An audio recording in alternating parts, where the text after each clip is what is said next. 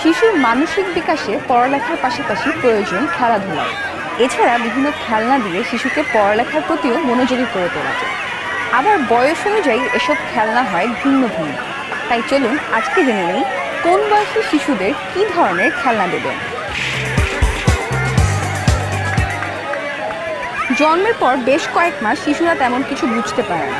6 মাস পর্যন্ত শিশুদের হালকা ঝুনঝুন শব্দ হয় এমন খেলনা দিবেন। 1 বছরের কম বয়সী শিশুদের জন্য হালকা ও ছোট খেলনা ভালো। 2 বছর বয়সী শিশুরা কিছুটা কল্পনাপ্রবণ হয়।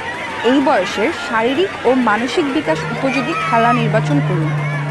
বয়স 1 বছরের বেশি হলে প্লাস্টিক মোড়ানো বই খেলতে দিতে পারেন। খেলার ছলে সে ফুল, ফল, পশু পাখি চিনতে শিখবে।